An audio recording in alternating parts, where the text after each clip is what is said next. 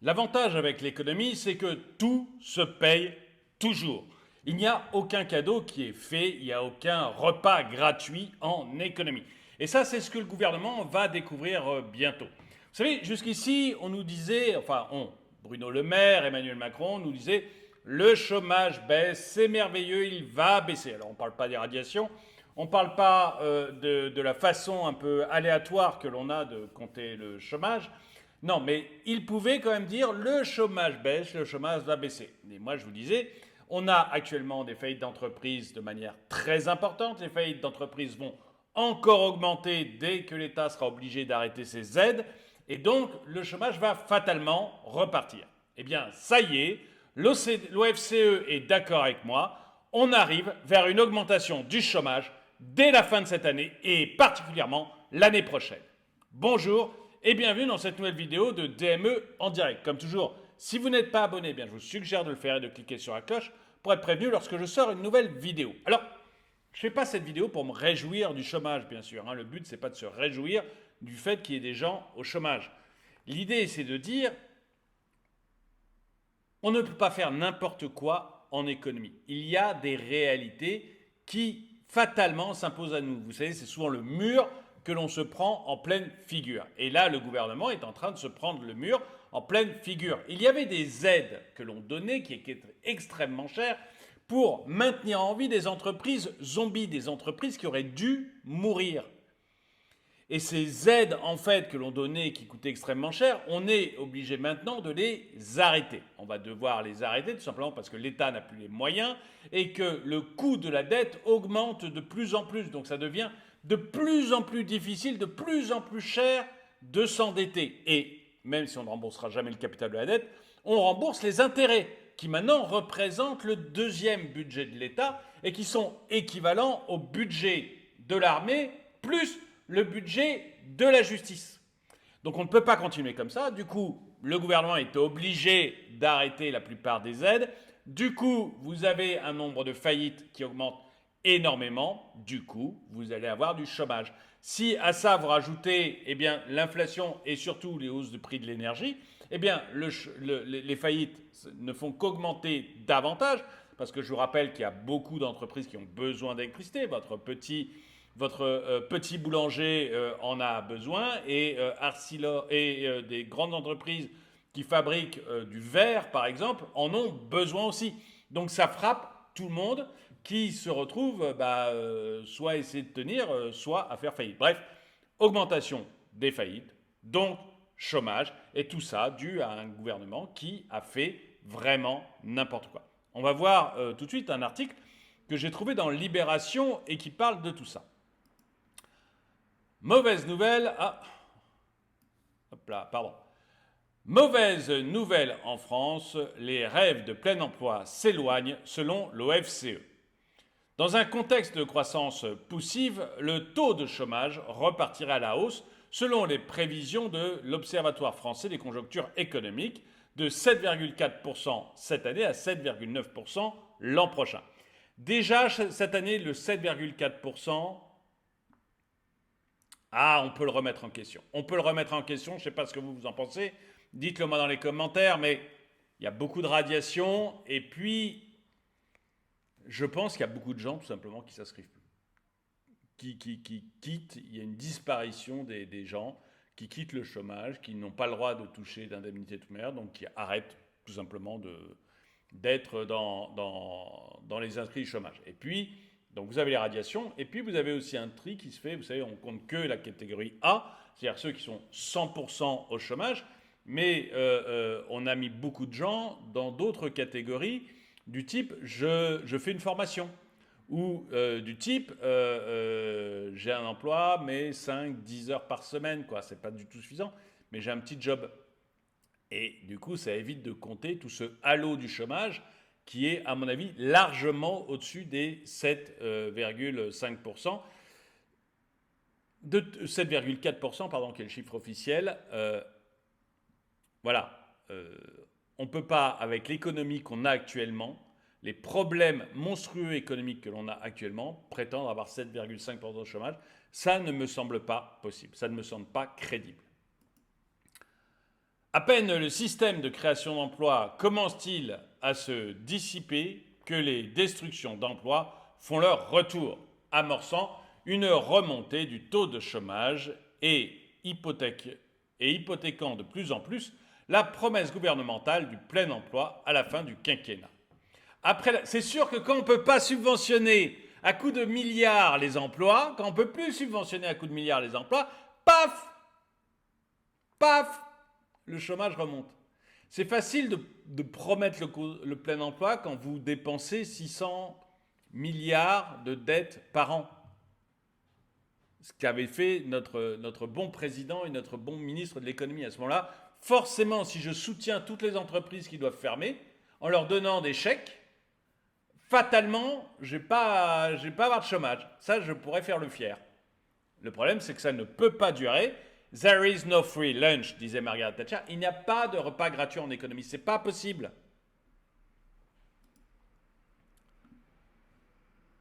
Après la Banque de France qui a annoncé tabler sur un taux de chômage de 7,5% en 2024 et 7,8% en 2025, contre 7,2% cette année, c'est au tour de l'Observatoire français des conjonctures économiques, l'OFCE, d'anticiper une hausse plus nette du taux de chômage qui passerait de 7,4% cette année à 7,9% l'an prochain. Comme les chiffres ne me semblent pas sincères, voilà, ils ne sont pas trafiqués, mais voilà, vous filez une formation à quelqu'un, il n'est plus dans la catégorie A, donc c'est facile, quoi. Tant que vous subventionnez les formations, il suffit de remettre un petit chèque pour subventionner les formations pendant un moment, puis vous baissez le truc. Donc tant que ce n'est pas sincère et réel, je ne serais pas capable de dire qui de la Banque de France ou de l'OFCE ou d'une autre personne a raison. Ce qui est certain, c'est que le chômage va augmenter. Là-dessus, il n'y a pas de doute possible d'après moi. Mathieu Plane, directeur adjoint du département d'analyse et prévision, souligne « C'est une augmentation du taux de chômage significatif, mais pas non plus une explosion du nombre de chômeurs. Cela mettrait en tout cas fin à plusieurs années de reflux. » Bon, je ne vais pas refaire ce que je viens de vous dire sur les années de reflux, mais on voit bien que voilà, c'était un peu du pipeau ces années de reflux, il faut bien le dire.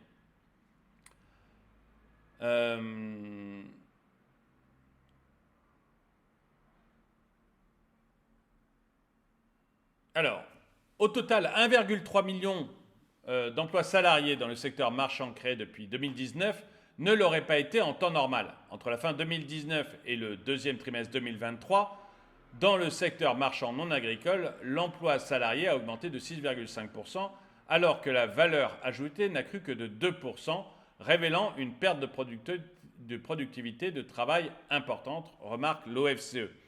Oui, parce qu'encore une fois, quand vous subventionnez les entreprises zombies, des entreprises qui devraient fermer, eh bien, fatalement, vous avez non seulement vous n'avez donc pas de gens qui tombent au chômage, mais en même temps, vous avez la productivité qui baisse, parce que toutes ces entreprises zombies ont une faible productivité. Si elles devaient mourir, ce n'est pas un hasard, c'est qu'elles ne fournissaient pas les services qu'attendaient les clients. Et du coup, elles avaient une faible productivité. Si vous les gardez, la productivité globale baisse. La productivité, c'est la richesse que vous créez en travaillant. Eh bien, elle baisse fatalement puisqu'on garde des entreprises qui devraient mourir, qui ne sont pas assez productives pour continuer à vivre. Ce qui handicape en plus les bonnes entreprises, c'est-à-dire que vous avez deux entreprises, un restaurant pas terrible à côté d'un restaurant super. Eh bien, si vous subventionnez le restaurant pas terrible pour qu'il survive, pour qu'il garde ses serveurs, etc., pour qu'il vive, il va continuer à piquer des clients qui ne le connaissent pas, etc., des touristes de passage, au bon restaurant. Voyez, et donc il y a des clients qui iront dans le restaurant pas terrible sans savoir qu'il n'est pas terrible, uniquement parce que c'est des touristes de passage, par exemple. Ces clients-là, en fait, ils auront une mauvaise expérience, ça n'ira pas, ça ne fonctionnera pas. Ils seraient allés dans le bon restaurant. Le bon restaurant aurait gagné plus d'argent. Il aurait gagné plus d'argent et comme il est bien, ce restaurant, comme il a une équipe efficace, eh bien, il aurait pu se développer, peut-être s'agrandir, peut-être racheter l'emplacement du mauvais restaurant.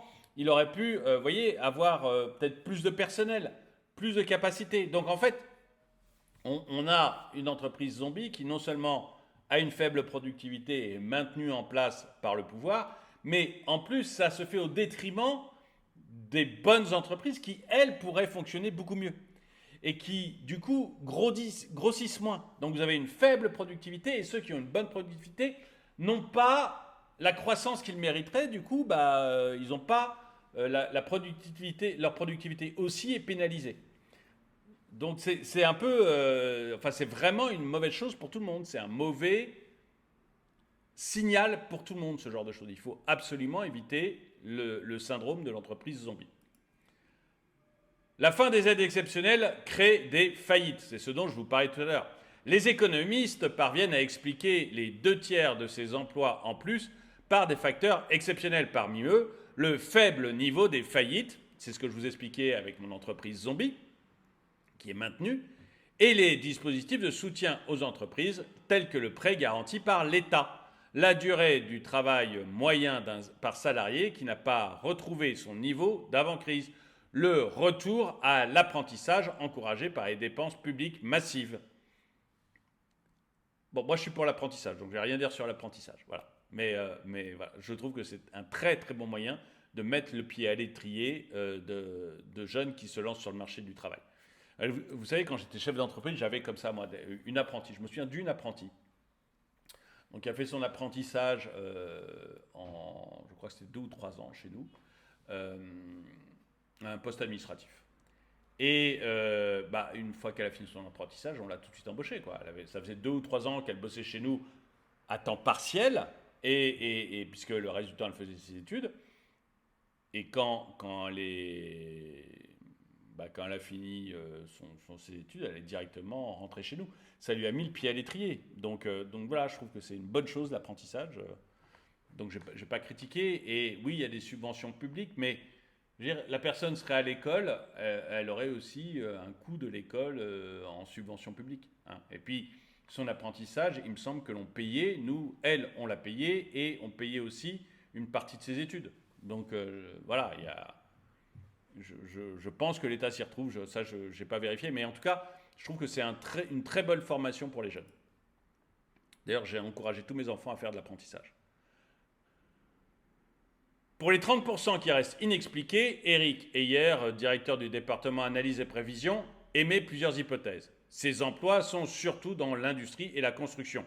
Cela s'explique sans doute par des phénomènes de rétention de main-d'œuvre dans l'industrie liés aux grands problèmes d'approvisionnement.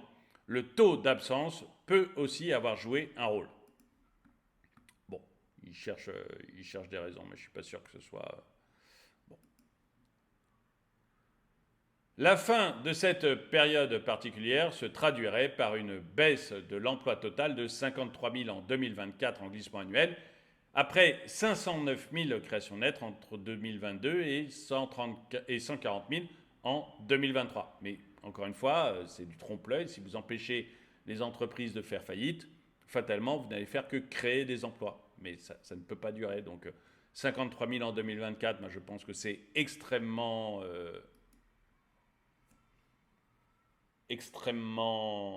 optimiste. Je rappelle que le BTP, la Fédération française du bâtiment, parle de 150 000 emplois détruits l'an prochain. Ou c'est d'ici 2025. Donc c'est sur 2 ans. Il parle de 150 000 emplois détruits. Toute l'automobile va se retrouver en très grosse difficulté d'emploi parce que pour faire du voiture électrique, il faut 2 fois moins de personnes que pour faire de la voiture thermique. Donc vous allez avoir un décrochement petit à petit, ça va se faire d'ici 2035, mais petit à petit, vous allez aussi avoir une baisse de l'emploi dans l'automobile qui est un énorme pourvoyeur d'emploi. Donc voilà, je pense que vraiment là, l'OFCE est assez minimaliste sur ce qui va se passer. Je pense qu'on risque d'avoir beaucoup plus de pertes que ce qu'il pense. Selon nos hypothèses, la fin des aides exceptionnelles crée des faillites, ce qui est assez normal, et une partie des emplois maintenus vont disparaître, énumère Mathieu Plane. Voilà, c'est exactement ce que je vous ai expliqué. La durée du travail devrait se rétablir tandis que le nombre d'apprentis se stabiliserait. Les contrats aidés devraient aussi légèrement baisser. Et ça, a priori, ce dernier point est inscrit au budget de l'an prochain, donc l'État est d'accord sur le fait qu'on va baisser, qu'ils vont baisser les emplois aidés. Il faudrait aussi s'attendre à une hausse de la population active liée à l'entrée en application de la dernière réforme des retraites passée au printemps. Puisque les gens travaillent 2 ans de plus, on va augmenter fatalement le nombre de personnes en activité. L'emploi pâtirait également de la faible activité économique, même si la France ne connaît pas de récession comme l'Allemagne. Ok, on va voir. Ok, mais avec une croissance inférieure à 0,9 à 1%, ça va être compliqué. Hein, bah, voilà, la Banque de France dit moins de 1%, l'OFCE 0,8. Ça va être très, très compliqué, à mon avis, de ne pas avoir de récession. Et même si vous avez une croissance, si vous avez une croissance de 0,9%, que votre population augmente de 1 ou 2%, elle augmente par l'immigration, même si la natalité baisse, elle augmente par l'immigration, par le vieillissement de la population. Vous avez une croissance inférieure à 1%, une population qui augmente de 2, par exemple, bah, ça veut dire que tout le monde est un peu moins riche. Tout le monde est un peu moins riche. Donc ce n'est pas une bonne nouvelle, quoi. Et si tout le monde est un peu moins riche, bah, ça veut dire que vous allez avoir vous allez avoir des problèmes de consommation. Vous allez avoir, bah, quand vous allez faire les courses, vous serez un peu moins riche. Donc des problèmes liés sur la consommation. Vous entrez en fait dans une spirale qui est plutôt négative et qui risque de vous poser de gros problèmes. Alors pour l'instant, l'INSEE nous dit qu'on s'enrichit, je ne sais pas ce que vous en pensez, mais on voit bien que ça va devenir quand même compliqué de tenir ce genre de langage. Alors, la croissance poussive dont je vous parlais est le résultat de chocs successifs infligés à l'économie. Si celui du Covid et des dysfonctionnements des chaînes d'approvisionnement, tout comme celui de l'énergie, semble passer, le resserrement monétaire décidé par la Banque centrale européenne avec plusieurs relèvements des taux directeurs ces derniers mois n'a pas encore produit tous ses effets. On va avoir... Oui, mais c'est ce que je vous disais en introduction en fait. Hein. Il y a des chocs économiques qui sont énormes. Les chocs, ils sont provoqués par l'État. Le Covid, je suis désolé. Alors, ça aurait été un choc de toute façon parce que d'autres pays avaient fermé tout et du coup, il y avait des problèmes d'approvisionnement, c'est certain. Ça aurait été un choc de toute façon. Mais quand vous enfermez une partie de votre population sans réelle raison, encore une fois, les 15 premiers jours, on a un peu peur, on enferme tout le monde, ok. Mais après, on se rend compte assez vite que c'est pas la peste. Donc, on devrait pouvoir s'en sortir. Donc, ça n'a plus de raison d'enfermer tout le monde. Après, on enferme tout le monde uniquement pour porter le badge perpensance, pour se protéger vis-à-vis de procès éventuels et futurs, et pour une logique, à mon avis, complètement folle. Alors bon, les complotistes disent que c'est pour tester le fait de voir si on peut contrôler complètement sa population. Je ne vais pas rentrer là-dedans, mais et quand je dis complotiste, c'est pas négatif. Hein, on voit que souvent ils ont raison, donc bon, voilà. Mais moi, je rentre pas là-dedans. Enfin, sur le fait que c'était fait pour voir si on pouvait vraiment fermer sa population. Mais le fait que l'on ferme totalement tout, fatalement, ça donne des chocs à l'économie monstrueux. Des chocs monstrueux. Je vous ai parlé longtemps de la brasserie qui était à côté de chez mon père, en plein centre de Paris, qui s'est tapé les gilets jaunes, qui après s'est tapé des fermetures à répétition à cause de... Les gilets jaunes, c'était tous les samedis. Vous aviez des émeutes à Paris, ce qui faisait que on les obligeait de fermer. Après, vous avez eu le Covid avec des fermetures au fur et à mesure. La brasserie n'a jamais réouvert. Et vous avez beaucoup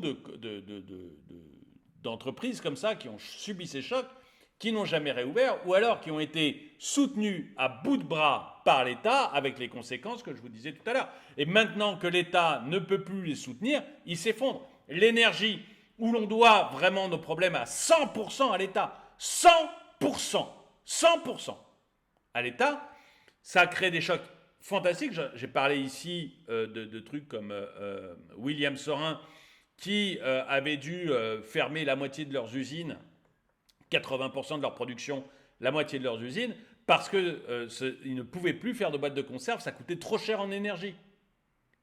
J'avais parlé ici de Cristal Dark, les verts, qui, encore aujourd'hui, ne sont soutenus qu'à bout de bras par l'État. Sinon, ils auraient fermé uniquement à cause de l'énergie. C'est pas qu'ils vendent pas leurs verres, c'est que, en fait, l'électricité a augmenté de manière tellement gigantesque à cause des choix des États, encore une fois, à cause des choix des États, eh bien, qu'ils auraient dû fermer.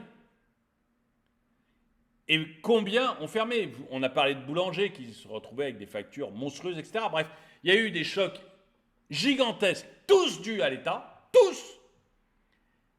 Et là, on va commencer à payer le prix parce que l'État avait amoindri ça en donnant énormément d'argent comme jamais. On s'est endetté comme jamais depuis 2020. On n'avait jamais eu autant de dettes et autant surtout de nouvelles dettes que depuis 2020. L'an prochain, on va encore battre notre record de dette, 300 milliards sur l'an prochain. Notre record, c'était cette année, 270 milliards. L'an prochain, on le bat avec 300 milliards de prévus, de dettes supplémentaires, enfin de dettes qu'on va lever sur les marchés. Donc, on ne peut plus, on n'y arrive plus. Et on va voir les premières faillites arriver. On les a vues cette année, j'en ai déjà parlé. On voit que l'immobilier, en grande partie à cause de l'État, je ne vais pas faire une autre vidéo sur l'immobilier, est en train de s'effondrer. Ce qui fait que vous avez, je crois, une augmentation de 86% des faillites dans les agences immobilières. Sur les entreprises du BTP, vous avez plus 49% de faillites.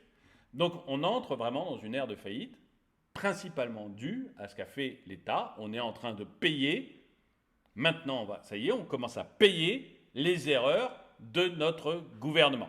J'aimerais savoir, vous, ce que vous en pensez. Est-ce que vous êtes d'accord avec moi? Est-ce que vous êtes d'accord déjà avec ces chiffres du chômage? Est-ce que vous n'avez pas l'impression qu'ils sont un peu trafiqués? Est-ce que vous êtes d'accord avec moi sur le fait que le chômage va augmenter? Et est-ce que vous êtes d'accord avec moi sur le fait que tout ça, on le doit uniquement à nos dirigeants? En tout cas, merci d'avoir regardé cette vidéo. Mettez-lui un pouce vers le haut, commentez-la, partagez-la. Merci à tous ceux qui soutiennent la chaîne. Et moi, je vous dis à très bientôt.